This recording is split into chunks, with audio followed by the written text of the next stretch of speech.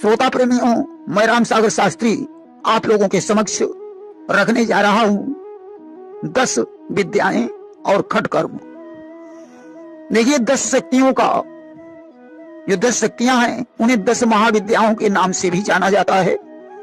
महाकाली, तारा देवी, भुवनेश्वरी, षोडशी, भैरवी, छिन्नमस्ता, धूमावती, बगुलामुखी, मातंगी और कमला।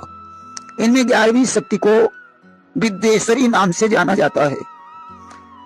इन्हें क्रमशः महाकाल, तारा, भुवनेश, षोडश, छिन्नमस्तक, धूमवान, बगुलामुख, मातंग, कमल और श्री विद्येश की पत्नी माना जाता है। देखिए, भगवान शंकर ने रोग, शोक, दरिद्रता तथा शत्रु भय से मुक्त होने के लिए पार्वती जी को खटकर्मों का वर्णन सुनाया था। शांति कर्म, वशीकरण, स्तंभन, विद्वेषण, उच्चाटन और मारण। इनके द्वारा 9 प्रयोग होते हैं। मारण, मोहन, स्तंभन, विद्वेषण, उच्चाटन, वशीकरण, आकर्षण, रूपायन और इच्छणी साधना। शांति कर्म की अधिष्ठात्री देवी रति हैं। जिस क्रिया से ग्रहों के अनिष्टकारी प्रभाव को दूर किया जाता है उसे शांति कर्म कहते हैं। जिस क्रिया से स्त्री पुरुष को वश में किया जाता है उसे वशीकरण कहते हैं। इसकी अधिष्ठात्री देवी सरस्वती हैं। जिस कार्य से जीवधारियों की गति का अवरोध किया जाए उसे स्तंभन कहते हैं। इसकी अधिष्ठात्री देवी लक्ष्मी हैं। जिस क्रिया से प्रियजनों के परस्पर प्रेम को नष्ट किया जाए उसे विद्वेषण कहते हैं।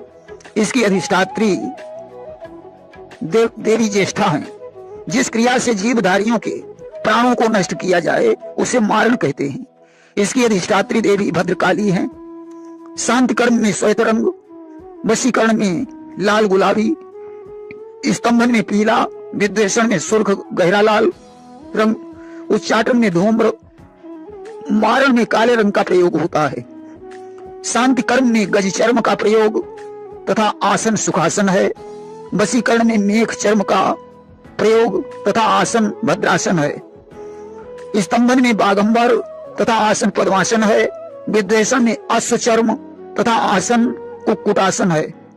उच्चाटन में उष्ट चर्म तथा आसन अर्ध स्वास्तिकासन है। मारण में महिष चर्म या भेड़ की ऊन का आसन तथा इसका आसन विकटासन है। वशीकरण के लिए मोती, मोगा, हीरा की माला, आकर्षण हेतु हाथी के दांत की माला, विद्वेषण हेतु अश्वदंत की माला, उच्चाटन हेतु बहेड़े या अश्वदंत की माला, मारण हेतु स्वतः मरे हुए गधे के दांत की माला, धर्म हेतु मनोरथ पूर्ण करने वाली रुद्राक्ष की माला शुभ है। शांति कर्म में 27 दानों की, वशीकरण में 15 दानों की, मोहन में 10 दाने की, उच्चाटन में 19 दानों की, विद्वेषण में 31 दानों की माला प्रयोग की जाती है। सत्य पुष्टि हेतु कमल के सूत्र की डोरी, आकर्षण उच्चाटन में घोड़े के पूंछ के बालों की डोरी, मारण में मृतक मनुष्य के नसों की डोरी।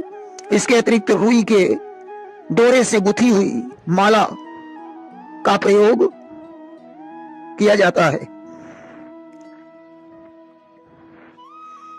वशीकरण तथा स्तंभन शांति कर्म में तर्जनी व अंगूठे द्वारा, आकर्षण में अनामिका व अंगूठे द्वारा, विद्वेषण उच्चाटन में तर्जनी अंगूठे द्वारा, मारण में कनिष्का और अंगूठे से माला फेरना चाहिए। शांति कर्म में स्वर्ण, रजत, ताम्र कलश, वशीकरण में मिट्टी का, मोहन में रूपे का, मारण में लौह का या समस्त में ताम्र कलश का प्रयोग करना चाहिए। देखिए, जब 3 प्रकार के होते हैं। वाचिक, जिसे दूसरा सुन सकता है। नंबर 2 उपांशु, जिसमें आवाज सुनाई नहीं पड़ती है। नंबर 3 मानसिक में कुछ हिलता नहीं है, मन में ही जाप होता है। इसमें अक्षरों का विशेष ध्यान रखना चाहिए। मारण आदि में वाचिक, शांति पुष्टि हेतु उपांश, मोक्ष हेतु मानसिक जाप श्रेष्ठ बताया गया है। प्रथम सूर्योदय से 10 घड़ी तक बसंत ऋतु रहती है। द्वितीय 10 घड़ी तक ग्रीष्म तृतीय 10 घड़ी तक वर्षा, चतुर्थ 10 घड़ी तक शरद, पंचम 10 घड़ी तक हेमंत, षष्ठम 10 घड़ी या 4 घंटे तक शिशिर ऋतु मानी जाती है। वहीं प्रातः काल वसंत ऋतु, मध्याह्न काल ग्रीष्म, दोपहर ढलने पर वर्षा, संध्या में शिशिर, आधी रात में शरद, रात्रि के अंतिम प्रहर में हेमंत ऋतु मानी जाती है।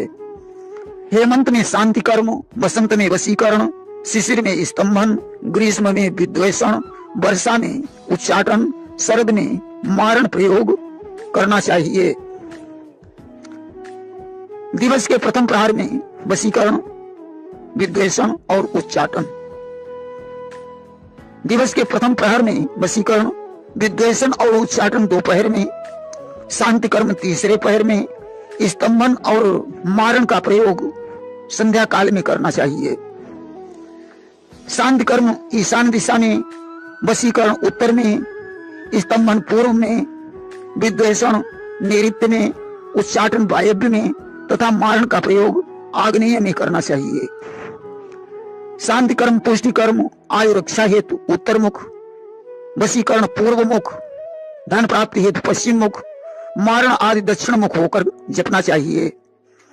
शांति प्रयोग गुरुवार से, वशीकरण सोमवार से, विद्वेषण शनिवार से, उच्चाटन मंगलवार से, मारण शनिवार से किया जाता है।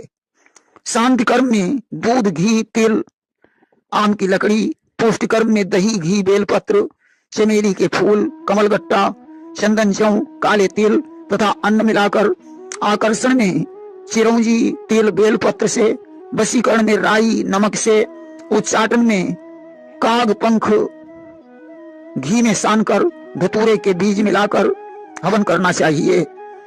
मंत्र साधना में ज्ञानी पुरुष की शरण में जाना चाहिए।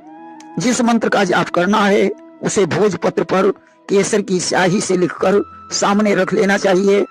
चावल, मूंग की दाल, रितफल का आहार तथा पृथ्वी पर शयन करना चाहिए। खटकर्म के अनुसार किसी वस्तु की आवश्यकता हो तो नग्न होकर स्वयं लाएं, पीछे नहीं देखना चाहिए। नग्न होने से भूत प्रेत का भय नहीं रहता है। देखिए, जहाँ दोपहर रात्रि में जाना हो वहाँ दोपहर दिन में जाएं। जहाँ नग्न लिखा है वहाँ बिना सिला वस्त्र पहने, एक ही वस्त्र पहनना चाहिए।